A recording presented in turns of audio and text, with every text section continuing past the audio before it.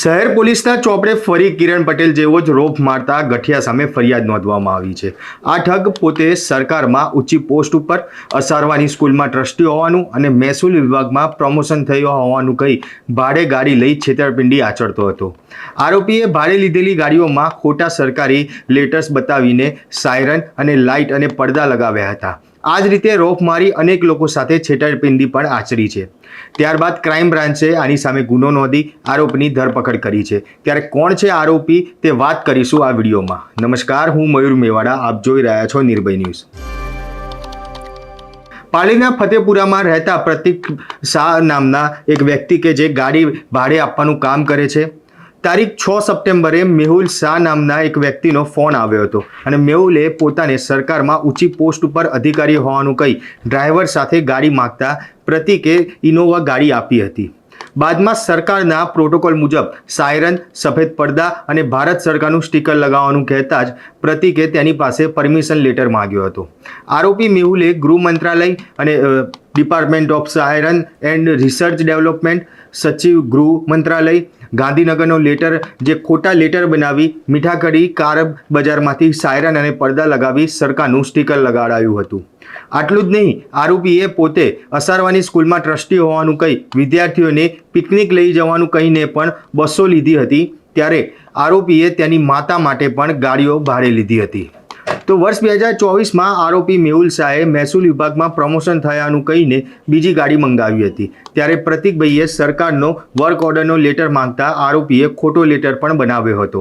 Science and research ડેવલપમેન્ટનો ખોટો અને બનાવટી લેટર બનાવી અને સાયરન અને લગાડવા માટે લેટર આપેલ, તેમજ આ કામેના આરોપીએ department of science and research development government of ઇન્ડિયાનો ખોટો વર્ક ઓર્ડર બનાવી અને 5 વર્ષ માટે આ કામેના જે ફરિયાદી છે પ્રતીક શાહ એમને આપેલો અને આ કામેના ફરિયાદી સાથે છેતરપિંડી અને ઠગાઈ કરેલી। તેમજ આ કામેના જે આરોપી છે એ પોતે વિશ્વવિદ્યાલય અસારવા છે, ત્યાં પોતે ટ્રસ્ટી તરીકે હોવાની પણ પોતે ઓળખાણ આપેલી। તેમજ આ કામેના સાહેદના દીકરા છે એ પોતે એને નોકરી અપાવવાના બહાને અને પોતે જે આરોપી છે મેહુલ શાહ એ સરકારશ્રીમાં ઊંચો હોદ્દો ધરાવતો હોય અને આ કામના સાહેબને દીકરાની નોકરીએ લગાડી દેવશે એ બહાને આ કામના સાહેબ પાસેથી ₹3 લાખ પડાવી લઈ અને બોગસ સરકારશ્રીનું નોકરી અપાવવાનો જિલ્લા શિક્ષણ અધિકારીનો લેટર પણ ઇસ્યુ કરેલ। બાદમાં આ કામના સાહેબે જ્યારે વેરીફાઈ કર્યું જિલ્લા શિક્ષણ અધિકારી કચેરી, ત્યારે એને જાણવા મળેલ કે આ જે પત્ર છે એ તદ્દન ખોટો છે અને એની સાથે ઠગાઈ તેમજ છેતરપિંડી થયેલી છે। તેમજ આ કામેના જે આરોપી છે એ પોતે વિશ્વવિદ્યાલય સ્કૂલ ખાતે ટ્રસ્ટી તરીકે હોવાનું જણાવી અને એ સ્કૂલમાં કલર કામ અને એના માટે પણ એક વ્યક્તિ પાસેથી કલર કામ અને કરાવી એને પૈસા નહીં આપી અને એની સાથે બી ઠગાઈ કરેલી છે। આમ તપાસ દરમિયાન જાણવા મળેલ કે આ કામેના જે આરોપી છે એ ભારત સરકારમાં કે ગુજરાત સરકારમાં કોઈ પણ અગત્યનો હોદ્દો ધરાવતા ન હોવા છતાં ફક્ત અને ફક્ત લોકો સાથે ઠગાઈ કરવાના ઈરાદાથી આ પ્રકારે નકલી વર્ક પરમિટ તેમજ નકલી નિમણૂક પત્રો આપી લોકો સાથે લાખોની ઠગાઈ કરે છે।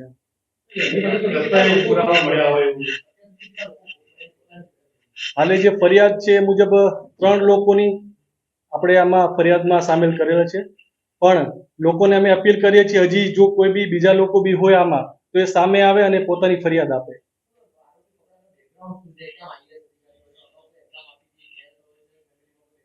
આ કામેના જે આરોપી છે મેહુલ એ પોતે ઈસી એન્જિનિયર છે, ભણેલો છે, શિક્ષિત છે, વાંકાનેર ખાતે પોતે 2 સ્કૂલોનું ભાડેથી સંચાલન કરે છે, એક જ્યોતિ વિદ્યાલય છે અને એક કિડ્સ લેન્ડ વિદ્યાલય છે। આ 2 સ્કૂલોનું પોતે ત્યાં સંચાલન કરે છે। આરોપી પાસે નકલી દસ્તાવેજ આ કામેના આરોપીની ઝડપી કરતા એની પાસેથી ₹1 લાખ રોકડા બી મળી આવ્યા છે। તેમજ આ જે લેટર છે department of science and research development government of ઇન્ડિયાના પણ જે લેટરો છે એ 20 નકલો એની પાસેથી મળી આવ્યા છે। તેમજ આ જે નોકરી અંગેના નિમણૂકના જે નકલી પત્રો છે એવા પણ આ કામેના આરોપી પાસેથી કબજે કરેલા છે।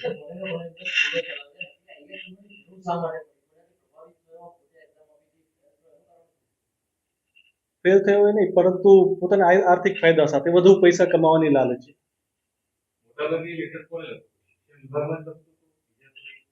અલગ અલગ વિભાગના બીજા પણ લેટરો એની પાસેથી મળ્યા છે અને એની બી તપાસ ચાલુ છે.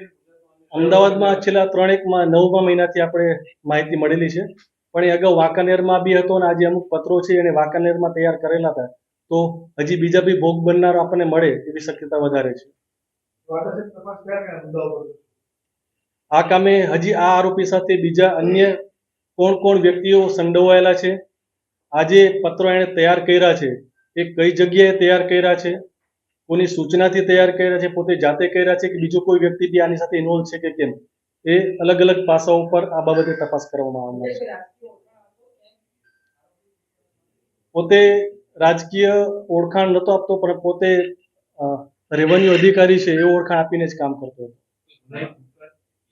ગુનાહિત કોઈ ભૂતકાળ જણે આવેલ નથી.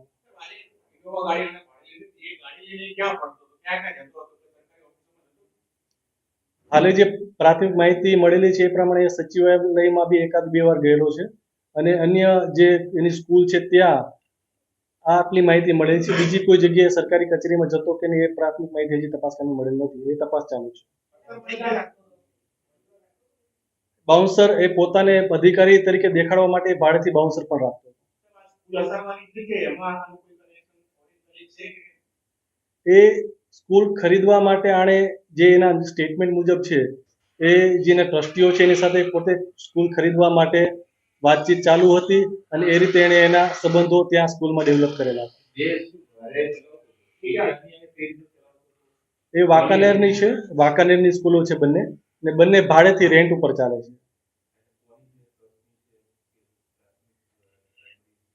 પ્રાઇમરી છે 1 થી 8 સુધીની સ્કૂલો છે બંને. એની પરિવારમાં એની 3 બહેનો છે, એના મધર છે, એના ફાધર નથી.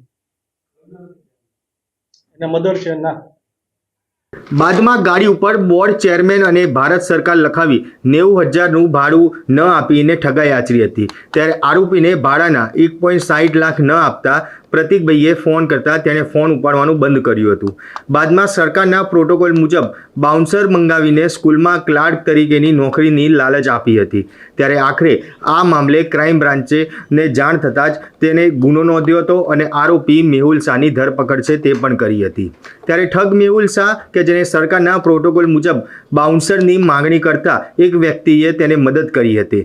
તેની સામે આરોપીઓએ આ વ્યક્તિને તેના પુત્રને અસારવાની સ્કૂલમાં ક્લાર્ક તરીકેની નોકરી લગાડવાની લાલચ પણ આપી હતી અને 3 લાખ રૂપિયા પણ લીધા હતા.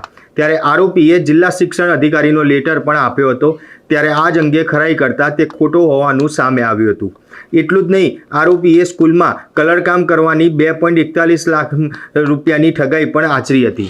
એટલે અલગ અલગ જે પોસ્ટ ઉપર અને સ્કૂલમાં જે કલરકામ પિકનિક લઈ જવાના બહાને આરોપીએ અનેક લોકો સાથે ઠગાઈ છે તે આચરેલી છે. ત્યારે હાલ તો ક્રાઇમ બ્રાન્ચ દ્વારા જે આ ઠગ મેહુલ શાહ છે તેની ધરપકડ કરવામાં આવી છે અને વધુ તપાસ છે તે પણ કરવામાં આવી રહી છે. ત્યારે અન્ય કોઈ વ્યક્તિ કે જે મેહુલ શાહ દ્વારા તેમને ઠગવામાં આવ્યા હોય તેવા વ્યક્તિને ક્રાઇમ બ્રાન્ચનો સંપર્ક કરવાનું પણ ક્રાઇમ બ્રાન્ચ દ્વારા અપીલ કરવામાં આવી રહી છે. નકલી અને નકલીના ધમધોકા ચાલતા કારોબાર અને એનો વધુ એક કિસ્સો, નકલી આઈએસ અધિકારી પકડાય. આ પકડાયા પહેલા એમને ક્યાં ક્યાં કારનામા કર્યા છે. ગુજરાતમાં નકલીઓ રાજકીય છત્રછાયા વિના ચાલે નહીં. એ નકલી નોટો હોય કે પછી નકલી ઘી કે નકલી ખાદ્ય પદાર્થોની વાત હોય, નકલી ડોક્ટરની હોય, સીએમઓ અધિકારી હોય, પીએમઓ અધિકારી હોય, ઇન્કમટેક્સ અધિકારીઓ હોય. નકલીના કારોબારના નામે ગુજરાતનો સામાન્ય નાગરિક લૂંટાય છે અને વહીવટી તંત્રમાં મોટા મોટા કાંડ અને કૌભાંડો થઈ રહ્યા છે.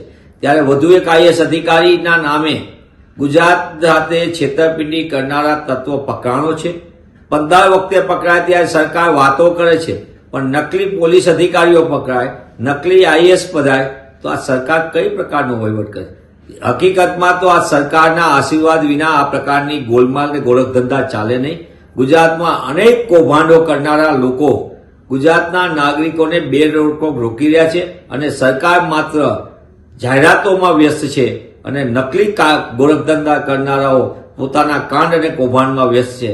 ત્યારે હું આપના માધ્યમથી સરકારને પૂછવા માંગુ છું કે હવે માત્ર બાકી રહ્યા હોય પીએમઓ અધિકારી આવી ગયા, સીએમઓ અધિકારી, આઈએએસ આઈપીએસ આવી ગયા, પોલીસ નકલી આવી ગઈ, ડોક્ટર આવી ગયા, ખાદ્ય પદાર્થો નકલી આવી ગયા, નકલી નોટો આવી ગઈ, નકલીના કારોબારો આવી ગયા. હવે નકલી આખું પ્રધાનમંડળ તો નહીં આવે ને, એની પણ તપાસ સરકાર ક્યારે કહેશે?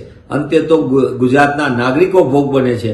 ગુજરાતના નાગરિકોને ભોગ બનતા અટકાવવાની જવાબદારી સરકારની છે, ગૃહ વિભાગની છે. પણ કમનસીબે ગૃહ વિભાગ એ ભ્રષ્ટાચારનું એપી હોવાના કારણે નકલીઓ બે રોકટોક કોઈ પણ પ્રકારના કાયદાના ડર વિના ગુજરાતમાં લૂંટનો કારોબાર કરીને પોતાના ગોળખ ધંધાને અંજામ આપી રહ્યા છે. એ ગુજરાત માટે અને ગુજરાતીઓ માટે ચિંતાનો વિષય છે.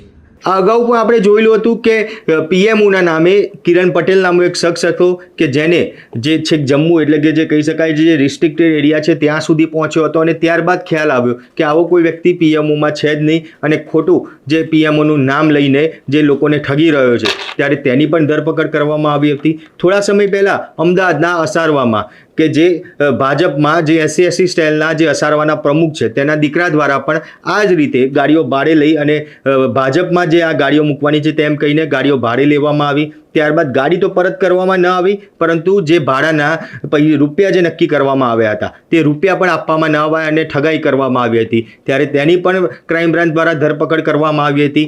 એટલે કે કહી શકાય કે ભાજપના નામે અને ઉચ્ચ અધિકારીઓના નામે આવા અનેક ઠગબાજો છે કે જે અત્યારે બજારમાં ફરી રહ્યા છે અને હજી પણ આ જ રીતે જે લોકોને ઠગી રહ્યા છે. ત્યારે આવા ઠગબાજો હજી કેટલા છે કે જે ભાજપના નામે, સરકારના નામે કે સરકારના ઉચ્ચ અધિકારીઓના નામે જે લોકોને છેતરી રહ્યા છે, તેમની સાથે ચીટિંગ કરી રહ્યા છે. ત્યારે હાલ તો મેહુલ શાહ કે જે ઉચ્ચ અધિકારીનું જે પોતાનું નામ દઈને લોકોને સાથે છેતરપિંડી કરી રહ્યો હતો, લોકો પાસેથી પૈસા પડાવી રહ્યો હતો, તેની ધરપકડ કરવામાં આવી છે. ત્યારે હવે તેની ધરપકડ બાદ તેની પૂછપરછમાં અનેક નવા ખુલાસા સામે આવે તેવી શક્યતાઓ પૂરેપૂરી દેખાઈ રહી છે. ત્યારે હવે આ પૂછપરછમાં અન્ય કોઈ નામ સામે આવે છે કે કેમ તે જોવાનું રહ્યું.